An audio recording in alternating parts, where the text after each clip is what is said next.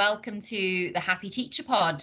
We're on season 2, episode 3, and this one is all about teacher retention. So how do you retain happy teachers? There's a lot about teacher recruitment, but not so much about how you retain teachers. So we thought it was quite an important episode to think, how do you keep the good teachers in the classroom? So we're going to begin with Roxy, who's going to do the Break-time Banter. I am. So unfortunately, me and Jenny have known many teachers to leave the profession, and so we know how it is to, well, think about leaving the profession ourselves. Jenny actually left and came back. Well, didn't leave completely actually, but you still left the actual like teaching in the classroom side of things. And I think it's really important to note that teachers, they want to teach. They do want to teach because otherwise they wouldn't have become a teacher. But if something becomes unbearable or they feel like they would be better off for many different reasons doing another job, then that's why they leave. So I've known quite a few teachers to have left the profession, and there was kind of no persuading them to try and stay. The best example of that, well, actually, some of the professions that I know that they've got into because still friends with them, or someone I know is still friends with them, is one guy I used to work with was a head of PE for, I mean, he was a teacher for quite a long time as well. It was at least like a 10-year period. He was a teacher. He was the head of department for at least 5 of those years, and it just got to a point where he just didn't spend enough time with his family. They'd had a third child, and he just felt like it just wasn't okay. And then I think the head teacher then changed. I'd gone from the school by this point, but then the head teacher changed, and I think there was a lot of movement and a lot of kind of change. And he actually went into the trains, which seems to be quite a popular profession for teachers to move into. And I think the reason why is because of the money, because the money is quite similar. Like your starting pay is quite high. And I think one of the reasons why a lot of teachers don't end up leaving the profession or almost get like stuck is because they might be on quite a high salary because they've been in the profession for quite a long time, and they would be taking a massive pay cut. So he actually, I don't think he took a pay cut at all, actually, which is pretty impressive because he'd been in the teacher profession quite long. Yeah, and now he directs trains. So he essentially sits at a chair all day directing trains, which is very different from being a head of PE. But it afforded him the opportunity to have more flexibility in his working, because now he works shifts patterns. He can spend some of the week like with his kids, and sometimes he said it's like 3 days on and then 5 days off, so it's more variable than the kind of like teaching. Even if you were to work flexibly in teaching, it wouldn't be that flexible where you'd like completely on a different work pattern each week or each month or whatever else. I mean, personally, would I want to direct trains? No. Like, absolutely not. Actually, do you know what? Another ex-colleague, he went on to be a train engineer. So he just retrained completely. And he went on to be. I'm laughing because I don't know a single person that's gone from teaching to trains, but there we go. Do you know what? And I've got a friend that's a policeman who also has been trying to get into the train profession for a really long time as well. Because I do genuinely think it's because of how the train staff are treated and the money that they get. Like, I do think, I mean, obviously their union is absolutely amazing in the train system. I am thinking that maybe you've got some like secret sponsorship deal with one of the train companies here and you're using it in the episode. You're trying to kind of I think I want to say like starting pay is something around 50,000 a year, and that's to drive trains. But I think like obviously there's variation in the profession. But yeah, no sponsor, no hashtag no sponsorship. But but yeah, I think this is not like Break-time Banter, like a funny story, but almost just like a story of knowing teachers that have moved on, haven't been retained in the profession for a number of reasons. And, I spoke a little bit just then about the unions, and like I often have these discussions at home about how, oh God, I wish our unions were like the train unions, because the train unions are so tough and like, right, we're not going to give in until we've got like exactly what we want. Whereas the teaching ones, and although obviously I've been part of a union since I joined teaching, in fact, I got told like right at the beginning, just by like one of my mentors, that, oh, you must like, don't ever not be part of a union. Like it's, and I 100% I support the idea of a union. Like I know exactly why I'm part of it. But yeah, I feel like that definitely kind of adds into why teachers don't stay in it, because we don't get what we want or what we need even. I don't even know if it's about wants anymore, to be honest with you. Do you know, you saying that about unions, very randomly, we've obviously already done, for anyone that's not listened, an episode on workload. That was just 2 episodes ago. But I, in my school, found a whole one of the union's documents all about tackling workload. And I photocopied every single page to bring home. And I was reading it out in the staff room. I was like, oh, so apparently we're not supposed to do this admin task. Apparently we're not supposed to do this one. And I was looking at it all. And I was like, this is why our workload is unmanageable, because we're supposed to not do all these things, but we do. So I guess it is an argument, if unions were as powerful, then would teachers be happier? I think the other point you were saying about the man who went to the train directing, you talked about flexibility and family life, and obviously that's something, we've both got families, and so for me, you mentioned about me leaving teaching. It was only a year in the end, but that was the prime reason why, that I just didn't think my job was flexible enough. So I was working in a private school. I was 0.8 as a head of department. So that's 4 days a week for anyone not in teaching and not in the know. But I couldn't do any less than that. Like, they weren't open to that. And even then, it just felt like they were 4 intense days. Whereas I then got a job working for Teach First, and that was incredibly flexible. I decided I already negotiated a part-time contract, but on top of that, you kind of work out your hours. Beyond kind of 11 to 2, they don't expect you to work certain hours. You can choose if you want to do a bit in the morning or a bit at night. And obviously, teaching can't accommodate that level of flexibility. But it can accommodate a lot, and some schools do it really well and some don't. And I think that's a really big reason why we've got a retention crisis.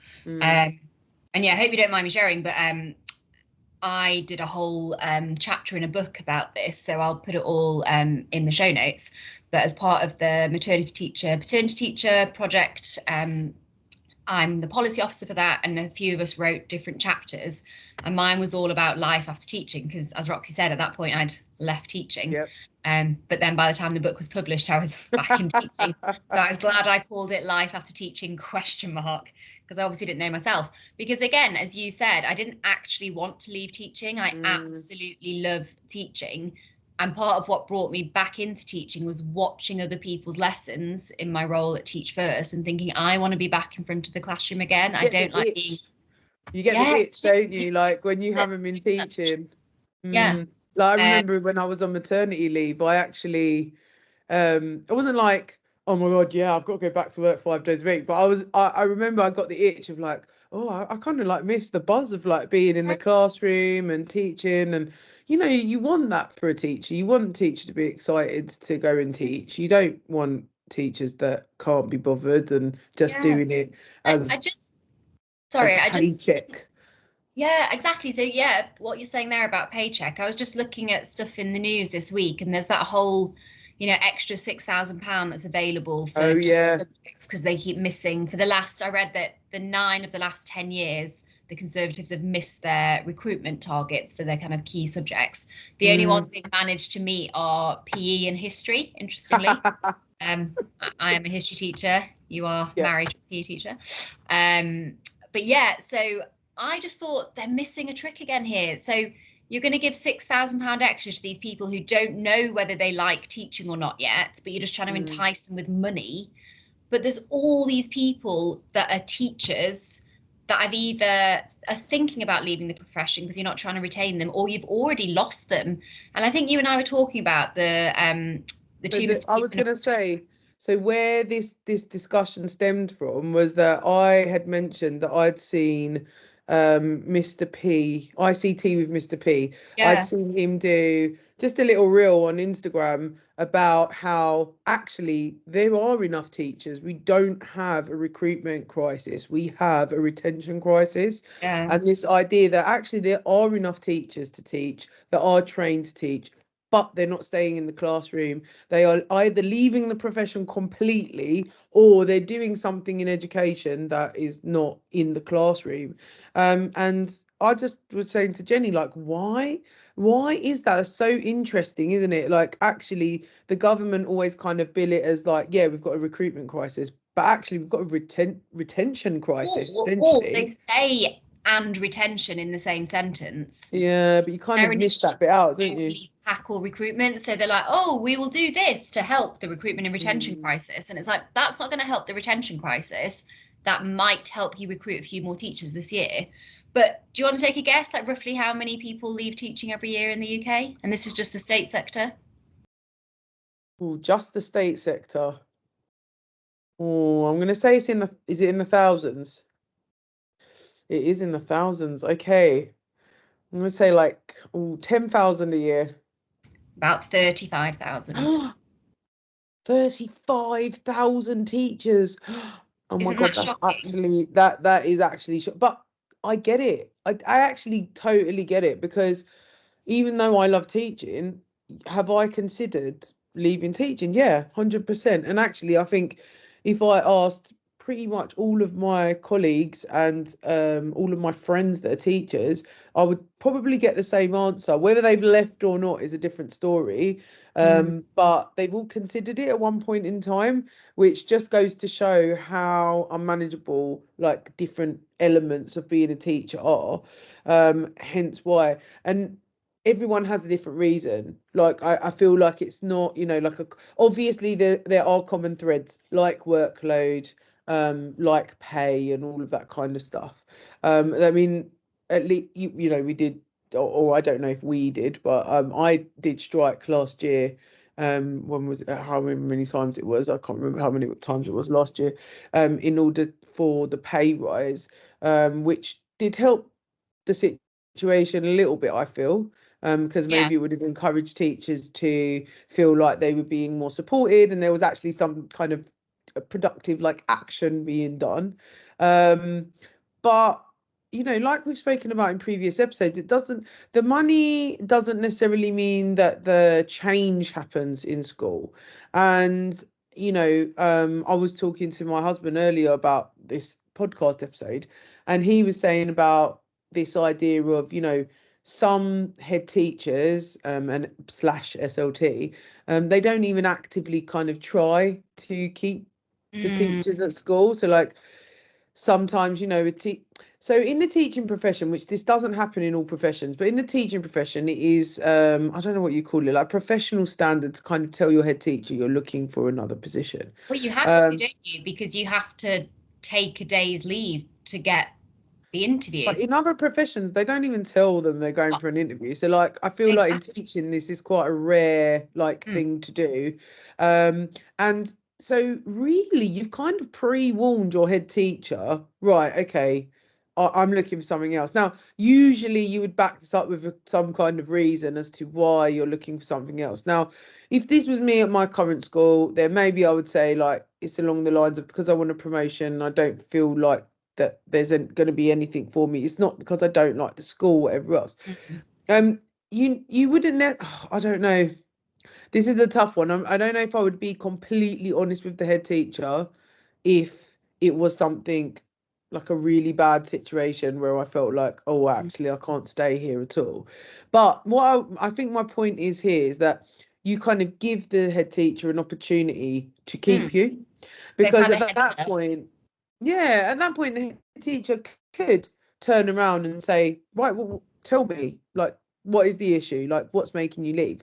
Now, if it's something they can't help with, that's fair enough. I mean, what can they do? Like, if there really is no prospects of a promotion and they can't like make a new position for you or whatever else, which I have heard of their teachers doing in the past, by the way. So they can do many different things if they want to. They can, even if there's not a position, they can kind of see, okay, is there more CPD we can offer you? Yeah. Is it any other reasons? Like, is it because we're not giving you flexible working? Like, they can do lots of things, can't they? Rather than just wanting to leave that school, which I guess would liken to leaving another job of some sort. Okay, instead of just leaving that job and going to another company, you actually think, you know what, I just don't want to be in the profession anymore at all. And I think that's where I got to that questioning stage of, oh, actually, I don't think I want to be in the profession. And for me, I just thought, right, I'm just going to try one more, like another school. And if it's really as like terrible, and I'm feeling exactly the same, then fine. I really need to sit down and reevaluate like what I want to do. Now, luckily for me, I ended up joining a school where I am really happy there, and I don't feel like I want to leave, and I don't feel like it's the teaching side of things. I think it was the school I was in, and that's just it is what it is. But you know, like with you, like they weren't flexible enough, and or they weren't even flexible really at all. They wouldn't even give you the opportunity to be flexible. So therefore, you just left for something more flexible. They But did have a bit of flexibility, but it was just so hard to fight for it.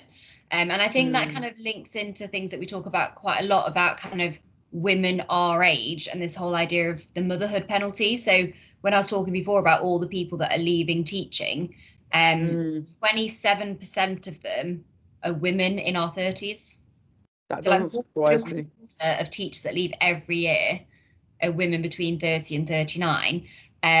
And there's not actually been a huge amount, apart from MTPT project, of research into why. They just kind of assume it's some sort of motherhood penalty. But yeah, what they're finding is it's exactly that of those people, a huge proportion of those women are mothers, and they feel like they can't balance their family life. And I think what you said before about pay was interesting, because yes, people striked understandably to get a little bit more money, but it's not going to be the thing that keeps you in the profession if you're not getting the flexibility, if you're not getting the respect, the trust, that sort of thing. You're going to leave. Because what, again, from the chapter that I did, what I thought was quite interesting is that the average person that left teaching experienced a 10% pay cut. And actually a big proportion had a 20% pay cut, but they still said they were happier. So that's really interesting. So that just goes to show you that the money is something, but it's not everything.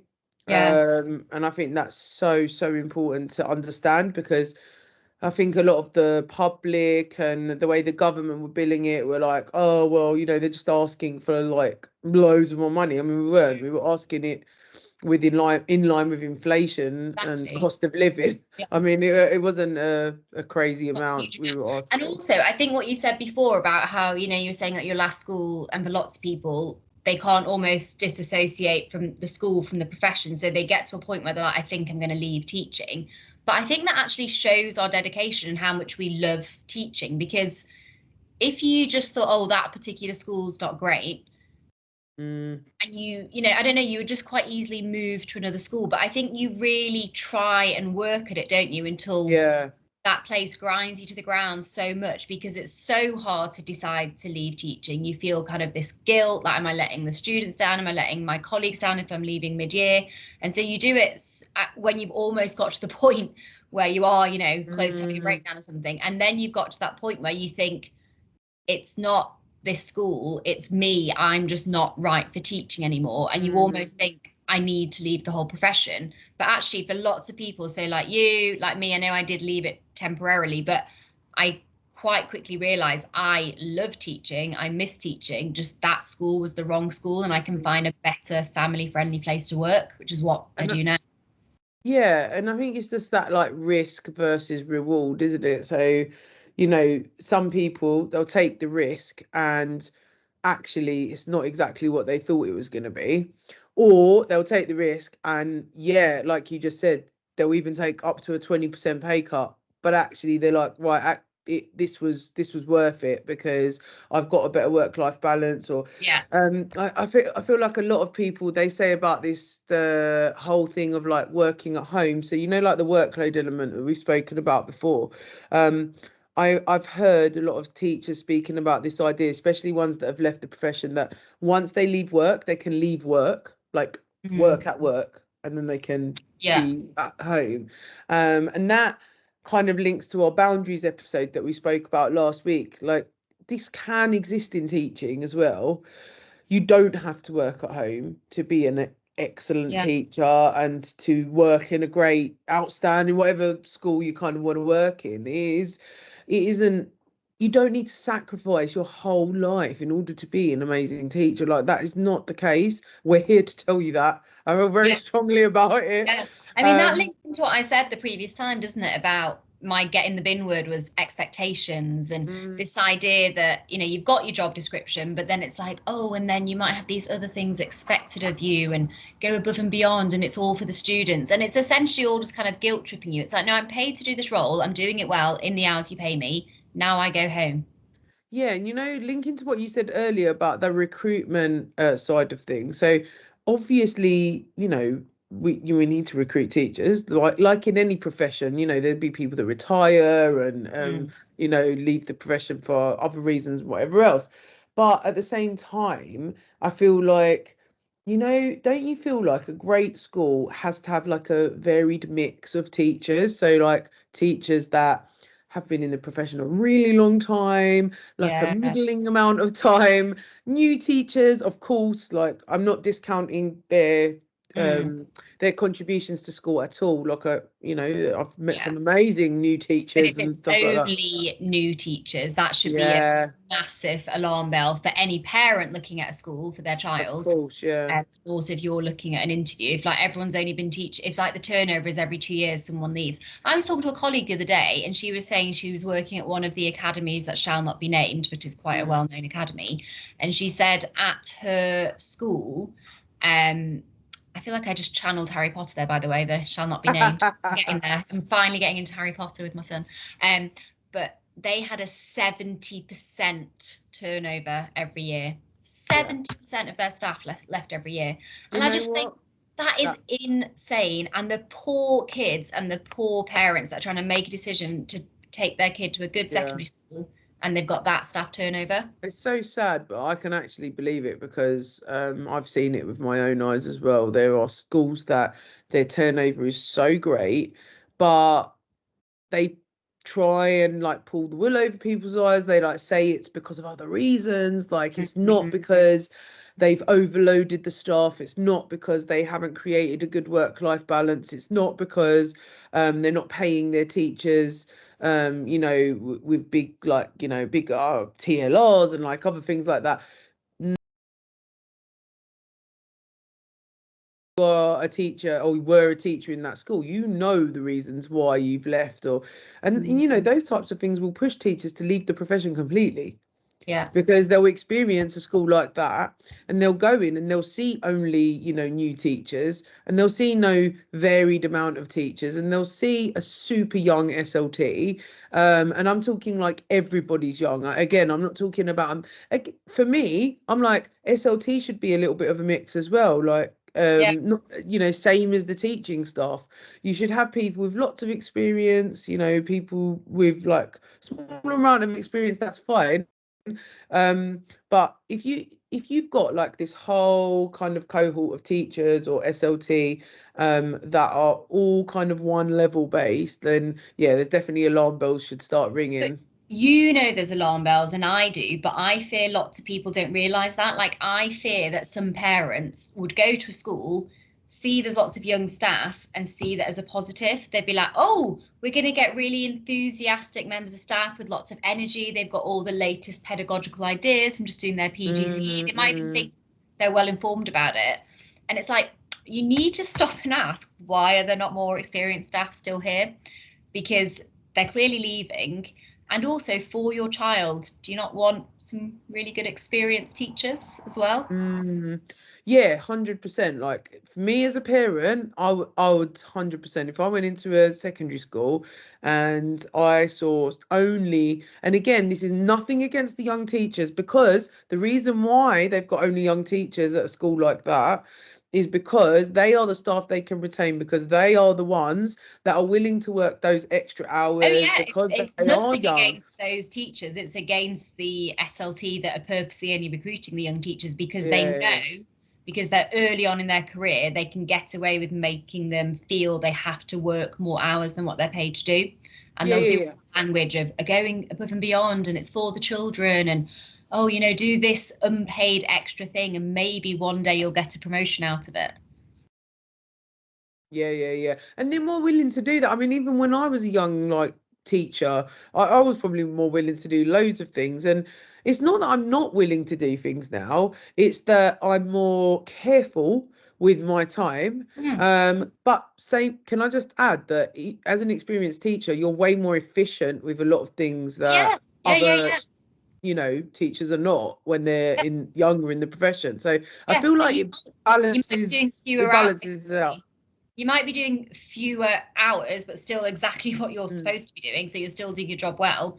But, it's very common sense, isn't it, that you and I could plan a very good lesson in, way less than half the time of a brand new teacher, because we've planned so many lessons in our life that we can just do tasks quicker.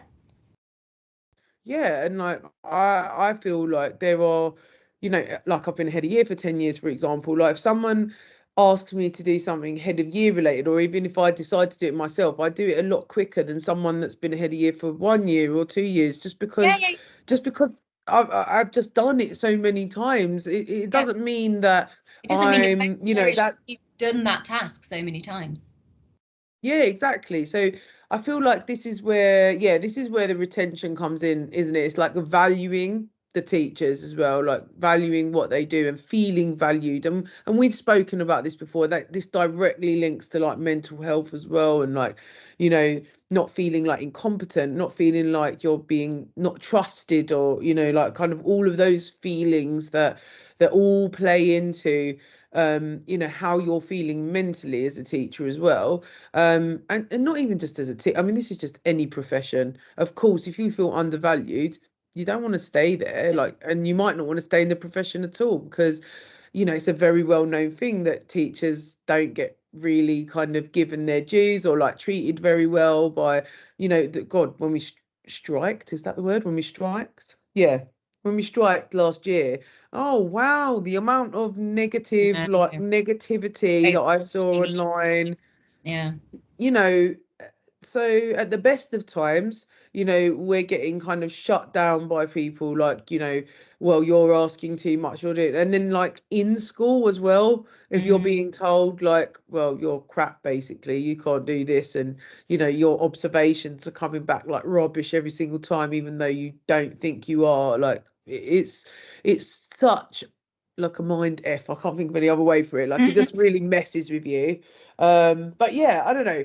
It's such a messy topic, teacher retention, I feel, because There's it so many aspects to it, isn't there? Because yeah, what I was thinking, because when they talk about teacher recruitment, I think, and I'm saying this not knowing for sure, but I feel like there are various different kind of stakeholders that think this through, kind of almost have in their head, how do we convince a graduate to be a teacher? And that's kind of their focus. And mm, it's like, why are you not thinking, how do we get those thousands of teachers that Mr. ICT was talking about back into the profession? So how do we yeah, re-recruit them? Why are you not thinking about how you get career changes? So I know there's Now Teach, so that was an yeah, organization that developed out of Teach First, and that is exactly that idea of how do you get kind of people to leave one career and join teaching. But that is a charity that was set up by someone from Teach First and a woman who did a career change. It wasn't kind of a government led initiative. And I just think, you do this idea, okay, so you offer this extra £6,000, or there's been various things in our teaching career, hasn't there, where Yeah.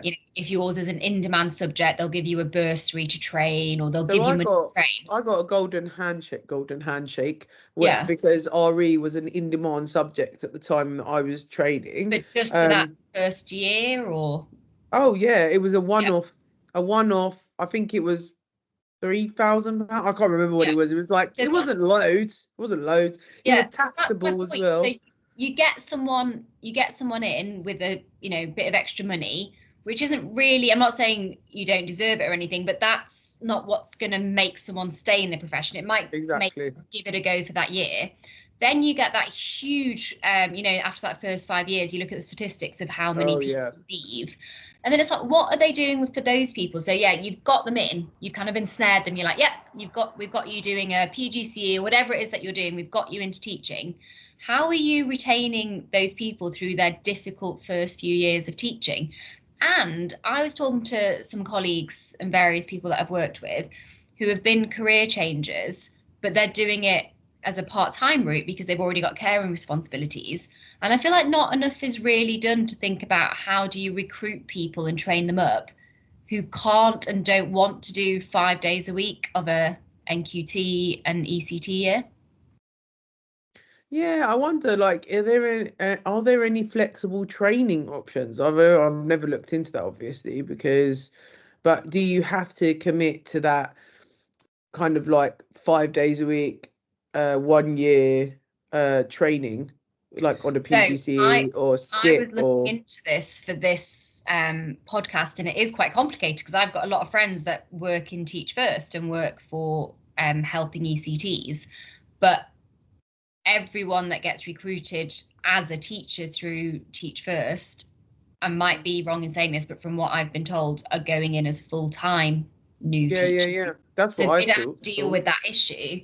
Whereas I know some people that are ECTs and they're part-time, and what they're having to do at the moment, but they're not 100% clear as to why, they're having to be on the ECT pay for 3 or 4 years.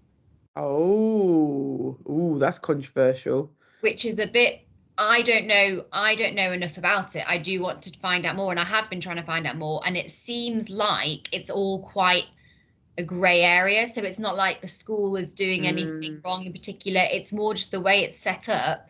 It's just kind of assumed if you're going into teaching, you'd be doing it full time.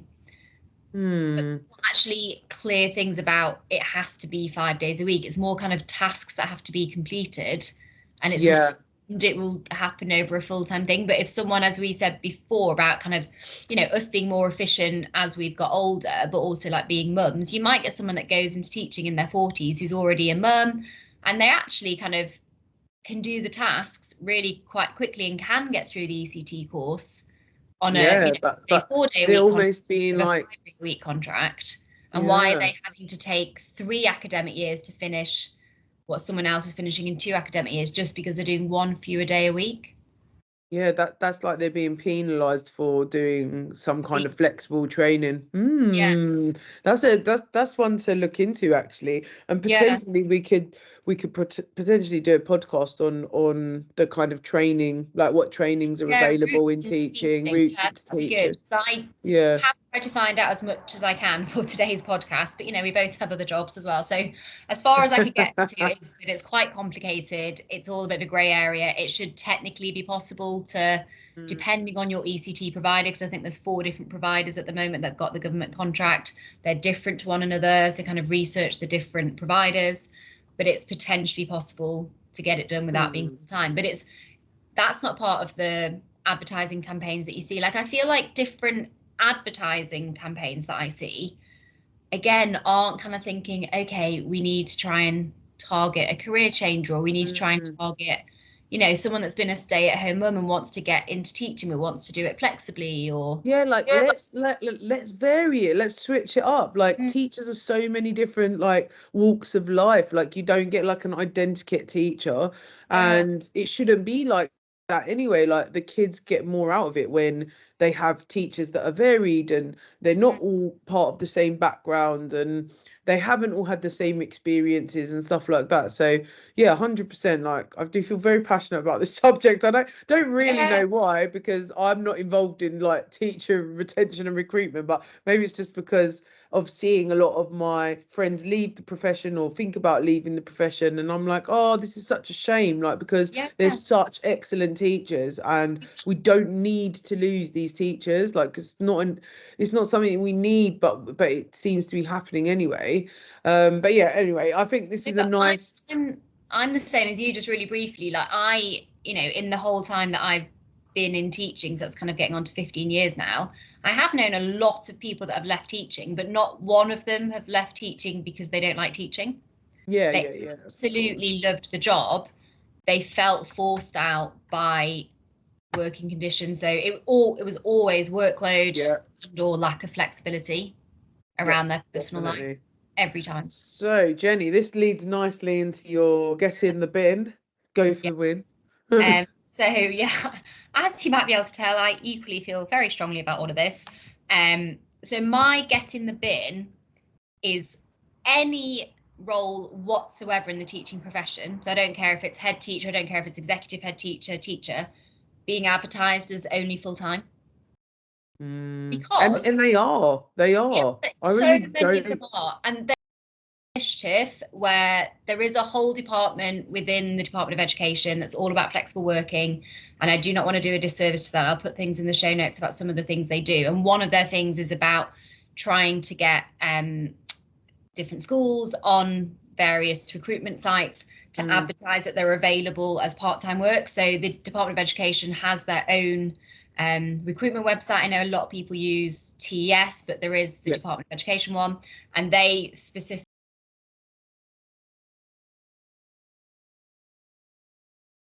have a bigger proportion of part-time roles on there than you might find on something like TES.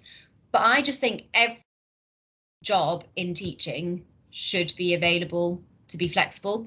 And even if they think it requires the hours to be full-time, then why is it not advertised as open to job share? Because you could still do that amount of hours with 2 people. It's just not something that exists in teaching. It really isn't. Like I'm just trying to think, do I know anyone that's done a job share in teaching? No. I don't think I've met anyone. I know quite a few that do, one of whom trying to get to come on to the podcast, because I know some people who have been co-head teachers. One of the primary schools near where I live is a co-head teacher. So they do exist, and they're kind of put up as case studies in the Department of Education, but it's almost take away those case studies and that's all of them. Yeah. You know what I mean? They're showing it as an example, but it's like you are the only examples, really. They're very few and far between, but they're huge success stories, these job shares. Wouldn't it, to give that flexibility to teachers when they're looking for a new job, like just to have that option, even if they wanted to do it for a year, just to see like if it's something that suited their lifestyle, or or maybe they wanted to explore other things like having their own small business. Like I've thought about that, like what if I wanted to open my own small business? Like maybe actually I wouldn't leave the profession completely, but maybe I'd want to go like part-time or job share, like either or, and then that would give me the flexibility to explore other areas and then maybe come back to it if I want to, maybe not. Like I don't know, I just feel like just having the option is always nice, isn't it? And makes you feel more cared about, like oh, actually we do care about your work-life balance. And also, if we're talking about recruitment and the recruitment crisis, if you advertised every single role within the teaching profession as open to part-time, flexible hours, you would get a lot more people interested. Like there's so many roles that I look at and I think, okay, I know the routine here. I know that you're only saying available full-time, but I know about when to negotiate part-time, and I've sometimes done that. But I shouldn't have to. It should just be that here's the role. Either it is the amount of hours that needs to be full-time, and therefore it also says open to job share, Or it says something like 0.7 to full-time considered. Yeah, I totally get that. I think that's a really good point to end on, actually, this idea of giving more options would actually bring those teachers back to the profession, Ones that have because already been trained up with taxpayers' money, that already there, already available, already ready to go. Like, why are they not in the classroom? So many reasons, but why not give them some options where you can slowly get them back into the classroom, okay, even if it is a part-time basis. So what? Surely that's better than losing them completely. Yeah, okay. Well. Oh, that was an interesting one today, because we're literally talking about, I mean, it's so multifaceted that we've spoken about lots of different things, and maybe we need to dive deeper into some of the things that we've spoken about. But yeah, thanks for joining us today. If you are interested, next week we are talking about being a lifelong learner. So yes, as we both are, we are both on we're both going to discuss our current learning journeys. yeah, so I feel like naturally, being a teacher, you love learning. So why not, continue to learn as well as teach at the same time? Why not? Feels like, yeah, I mean, with Jenny anyway, she loves to add more things onto her plate. So so I'm sure Jenny will tell you lots about her learning experiences in the next podcast. Me, not so much, but Jenny, yes, definitely. Anyway, join us next week for some more Happy Teacher Pod chat, and we'll see you soon. Bye. Bye. Bye.